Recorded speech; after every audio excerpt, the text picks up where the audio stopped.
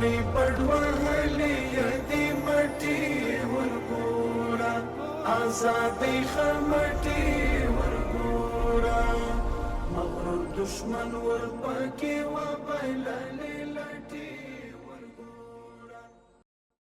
موږ د جهادي دورې بلخ ولایت کې چمتال ولسوالۍ کې موږ د یو دلګي مشر په صفت خدمت کوي.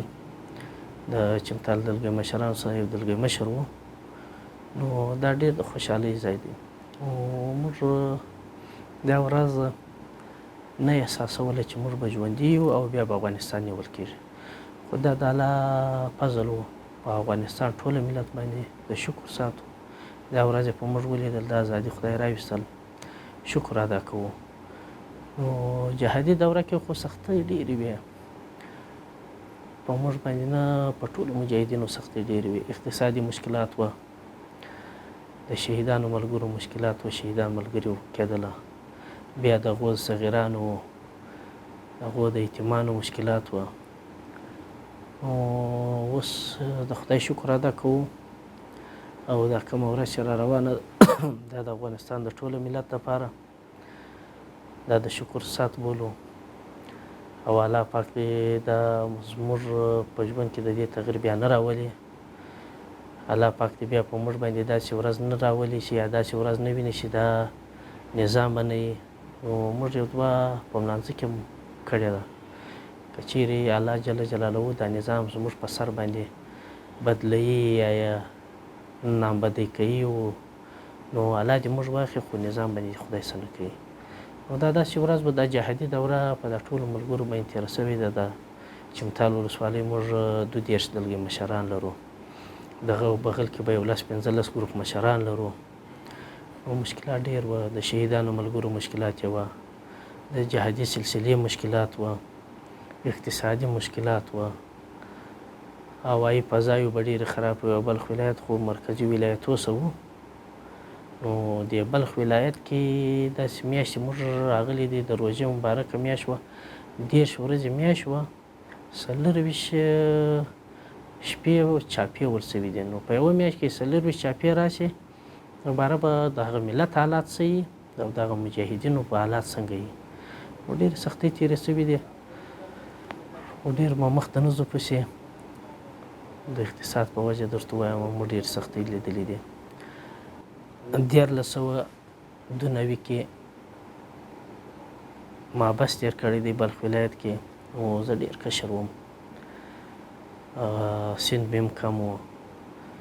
نو ملا غفور مونیب صاحب یې کوي، زموږ د ولسوالۍ د زړو دلګي مشرانو سره د دې سره نیول شوی وم. بیا د محبسه زه راایله شوم، بیا د هغه د جهادي سلسله روانه وه. نو بیا زخمي شومه په 1996 یا 95 کې، بیا زخمي شومه په سر او په سترګه باندې مې زخم شو. یوه سترګه مې په هغه امام صاحب یا کمساني ساحه کې شهیده شوه. او بیا دا جهادي سلسله را روانه وه تر نن ورځې الله پاک بیا ازادي را باندې راویستل. بیا دا جهادي سلسله کې مې د یو بل کشر ورور د مزمل په نامه باندې د یوه چمتال کې خدمت کوي. بیا جهادي سلسله کې د دې راکېټ په وژه پټاو شو، نور خدای وساتئ، دا راسته لاس یې پرې شو او چپه لاس یې دلته مات شو. نو د جهادي سلسلې چې دا بعضې مسایل سړی راواخي نو د ژړا وړ هم دی، د خوشحالۍ وړ هم دی. نو دواړه حالته په سړي راځي. نو دا ژړا سړي ته ورځي، دا هم د خوشحالۍ سبب وي چې هغه خپل هغه سختۍ را یادې کړو او نن دا ازادي ووینو. الله پاک دا ازادي را باندې راویستې ده، دا ډېر د شکر ساتئ. اول تاسو ته، دوم د افغانستان ټولو غیرو ملت ته مبارکي وایو، خپل کورنۍ ته مبارکي وایو، خپل دوستانو ته مبارکي وایو، دا د شکر ساتئ. واقعا احساس چې دا کوو چې موږ داسې ورځ را باندې راځي، نو کېدای شي خوشحالي خو ډېره وي، خو دا بعضې خوشحالۍ ظاهره نه وي.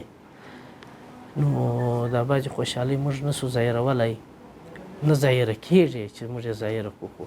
ډېر خوشحاله یو، مبارک دې وي د ټولو ملت دپاره. الله پاک دې دا ورځ دا اسلامي نظام زموږ څخه بیا نه اخلي. نو ملت ته مو خواست دا دی شکر ګزاره سئ، شکر ادا کوئ او خپل د مجاهدینو، زړو مجاهدینو، د سنګرو مجاهدینو ته مبارکي وایو خاصه دی چې د شکر ادا کوئ د خدای شکر وباسئ دا داسې یو ورځ خدای په موږ باندې راوستې ده چې دا موږ خپل په ژوند کې دا جهادي سلسله کې په دا جهادي قربانۍ نه بلله چې په موږ باندې به داسې ورځ راځي موږ به دا ازادي وینو خو الله را باندې راوستل دا د الله پر موږ باندې یو انعام و را باندې ویقي فضل و را باندې وسو چې باید شکر ادا کړو شکر ګزار اوسو نو ټولو ته بس پیغام دا دی چې د الله شکر ادا کړئ او د دغه ورځې شکرګزاري وکړئ او د دغه ورځې خلکو ته او دوه برکاته نفل د خلکو ته مو هم توصیه باید دا چې د اسلامي نظام و د دغه ازادې ورځې شکرګزاره سئ داسې نه چې ناشکري وسي الله بیا په یو بل امتحان کې مو راګیر کړي یا په یو بل عذاب باندې اخته سو